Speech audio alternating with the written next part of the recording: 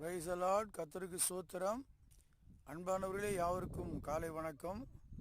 இந்த பகுதியெல்லாம் நீங்கள் பார்த்தீங்கன்னா நிறைய எல்லைக்குறிகளை பார்க்கலாம். எல்லைக்குறிகள், அதாவது இந்த இடம் எனக்கு சொந்தமானது அப்படின்னு எல்லைக்குறிகள். அதுபோக அந்த அந்த கற்களை நட்டி வேலி போட்டு வச்சிருக்கிறது. அப்படின்னா இந்த எல்லைக்குறி அப்படி குறித்து இதை பார்க்கும்போது ஆண்டவருடைய வசனம் இப்படி சொல்லுகிறது: உங்கள் பிதாக்கள் நாட்டின பூர்வ எல்லைக்குறியை மாற்றாதே. நீதிமொழியில் 22:28 பூர்வ எல்லைக்குறி.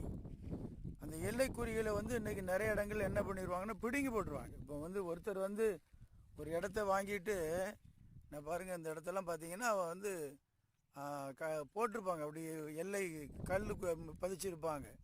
இந்த இடத்த நான் வாங்கியிருக்கேன், இது எனக்குரியது அப்படின்னு அவங்களுடைய பெயர்களை எல்லாம் சில இடத்துல பதிஞ்சிருப்பாங்க. ஆனால் இந்த இது சிலர் தெரியாமல் அல்லது தெரிஞ்சோ அறிஞ்சோ இந்த மாதிரி காரியத்தில் அவங்க என்ன பண்ணிடுவாங்கன்னா, வேணுக்குன்னே சொல்லி சிலர் அந்த எல்லைக்குறியை பிடுங்கி விடுவார். பிடுங்கி தூர போட்டுருவாங்க, எல்லையை அழிச்சிருவாங்க. இல்லைன்னா சிலர் என்ன பண்ணிடுவாங்கன்னா, அதை பிடுங்கி வேறொரு இடத்துல நட்டிடுவாங்க. தங்களுக்கு கூட கொஞ்சம் நிலம் கிடைக்கட்டும் அப்படிங்கிறது. இது ரொம்ப ரொம்ப ரொம்ப வேத வசனத்தின்படி இது ஒரு பாவமான காரியம். ஆண்டவர் சொல்கிறாரு, பூர்வ எல்லைக்குறியை மாற்றாத. அதை மாற்றினா ஆண்டவர் கோபம் கொள்வார். ஆண்டவருடைய கோபத்திற்கு அப்படிப்பட்டவர்கள் ஆளாக வேண்டி இருக்குங்க. பாருங்கள், இதிலெல்லாம் நிறைய பேர் இந்த எல்லைக்குறிகள் நிறைய அந்த இடத்துல போட்டிருக்கிறாங்க.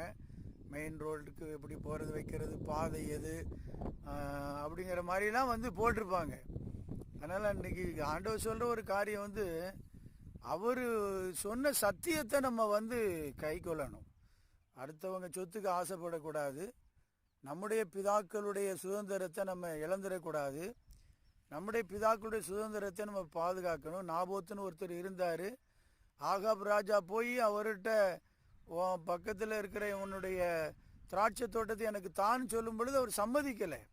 ராஜாவானால் அவன் சொன்னார், அது என்னுடைய பிதாக்களுடைய சுதந்திரம், அதெல்லாம் நான் கொடுக்க முடியாதுன்னு சொல்லி, ஒருவேளை அவர் கொலை செய்யப்பட்டார். அவர் தவறாக அவர் மேலே தப்பு பாராட்டி உபவாசங்கிற பேரில் அவரை கொலை செஞ்சாங்க. ஆனால் அவருடைய பிதாக்கள் சுதந்திரத்தை அவர் உயிரோடு இருக்கிற வரைக்கும் அதை அவர் விட்டு கொடுக்கல. அது மேலே தாகமாக இருந்தார். அன்பானவர்களே, அது மாதிரி வீடும் ஆசையும் பிதாக்கள் வைத்த சுதந்திரம், இந்த மாதிரியான வசனங்களையெல்லாம் நம்ம கை கொள்ளுவோம். கர்த்தர் உங்களை ஆசீர்வதிப்பார். பூர்வ எல்லைக்குறியை மாற்றாதேன்னா அடுத்தவங்களுடைய சொத்துக்கு ஆசைப்படாது.